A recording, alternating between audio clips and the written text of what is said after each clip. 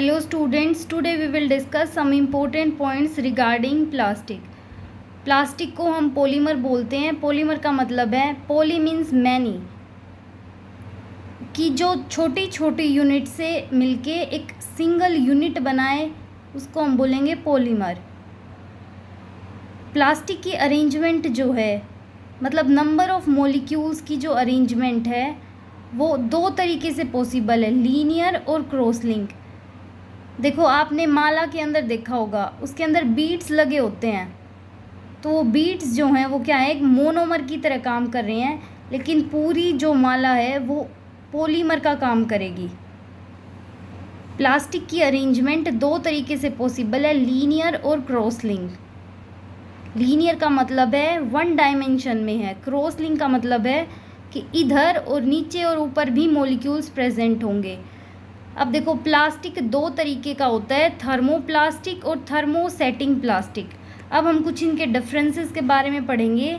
Thermoplastic क्या होते हैं, जिनको हम रीमोल्ड कर सकते हैं दोबारा, can be remoulded again and again, बार बार हम रीमोल्ड कर सकते हैं थर्मोप्लास्टिक को।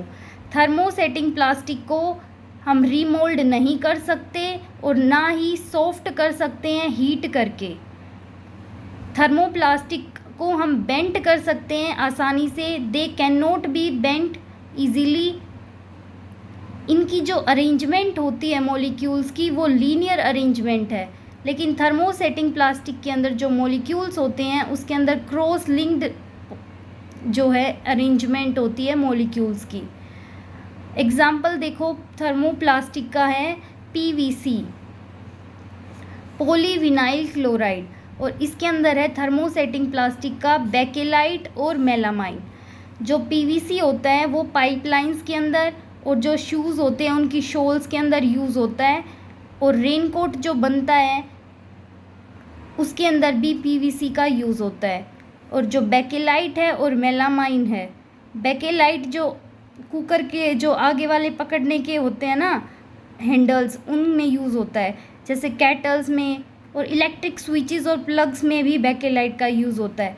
मेलामाइन को फायर रेजिस्टेंस बोलते हैं। इसका मतलब है कि जो फायर बुझाने वाले जो आदमी होते हैं वो इससे बने हुए कपड़े पहनते हैं ताकि उनकी आग ना लगे, ठीक है। और जो डिनर सेट है उनमें भी मेलामाइन का यूज़ होता है। अब देखो, less resistance to high temperature, इसका मतलब है कि ये टेम्परेचर को कंट्रोल नहीं कर पाते, लेकिन इनके अंदर कैपेसिटी है कि ये मोर टेम्परेचर को टॉलरेट कर सकते हैं। आगे है कैन बी रिसाइकिल्ड, इनको रिसाइकिल किया जा सकता है, और कैन नॉट बी रिसाइकिल्ड, इनको रिसाइकिल नहीं किया जा सकता।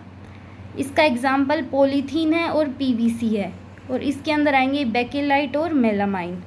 आगे देखो, कुछ और प्लास्टिक्स के बारे में डिस्कस करेंगे। जैसे पीवीसी का हमने देख लिया, पाइपलाइंस और शोल्स ऑफ शूज़ और रेनकोट के अंदर। टेफ्लॉन, टेफ्लॉन होता है पॉलीटेट्राफ्लोरोइथाइलिन, पॉलीटेट्राफ्लोरोइथाइलिन। ये नॉन स्टिक कुकवेयर के अंदर यूज़ होता है। इसका मतलब है कि जिसके ऊपर तेल वगैरह नहीं चिपकता, ऐसे बर्तन होते हैं ना, उनके अंदर जो है टेफ्लॉन का यूज़ होता है। आगे है पीईटी, पॉलीइथाइलिन टेरिफ्थैलेट। ये जो है वायर्स के अंदर, बर्तनों के अंदर, या फिर माइक्रोवेव कुकिंग कंटेनर के अंदर यूज़ होता है। अब है बेकेलाइट। बेकेलाइट का क्वेश्चन इंपॉर्टेंट है, ये वाला पॉइंट, बेकेलाइट का और मेलामाइन का। बेकेलाइट जो है वो हैंडल्स ऑफ कुकिंग वेसल्स और कैटल्स के जो हैंडल्स होते हैं इनके अंदर जो है यूज़ होता है। इलेक्ट्रिक स्विचेस के अंदर जो लगे होते हैं उनके अंदर भी जो है बेकेलाइट का यूज़ होता है, और प्लग्स के अंदर, क्योंकि आपने देखा होगा कि वो काफ़ी टाइम तक स्टे कर पाते हैं और ना ही उनके अंदर इलेक्ट्रिसिटी कंडक्ट हो पाती है।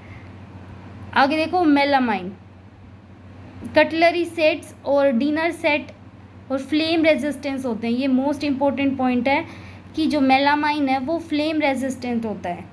आगे देखो, कुछ प्रॉपर्टीज़ के बारे में डिस्कस करेंगे हम प्लास्टिक की। हाईली इनफ्लेमेबल होते हैं प्लास्टिक्स। इनफ्लेमेबल का मतलब है कि जल्दी फायर को कैच कर पाते हैं। Insoluble in water, poor conductor होते हैं हीट के और इलेक्ट्रिसिटी के, इनके ऊपर जर नहीं लगता, डू नॉट कोरोइड और रस्ट, नॉन इको फ्रेंडली। इसका मतलब है कि ये जो हमारा एनवायरनमेंट है उसको पोल्यूट करने में हेल्पफुल है।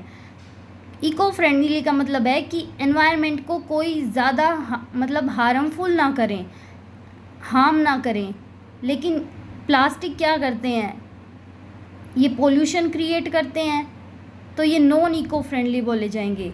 बायोप्लास्टिक होते हैं जो कि बायोडिग्रेडेबल मटेरियल से बने होते हैं, जैसे कि कैटरिंग यूटेंसिल्स और पैकेजिंग मटेरियल है, इनको हम बायोप्लास्टिक्स बोलते हैं। ये किससे बने होते हैं, वेजिटेबल ऑयल से और कॉर्न स्टार्च से। अब देखो हम कुछ स्टेप्स उठाते हैं जिससे हम जो प्लास्टिक है उसका यूज़ कम कर सकें। तो 4R स्ट्रेटेजी होती है जिसको हम बोलते हैं रिड्यूस, रीयूज़, रिसाइकिल और रिकवर। Thank you students.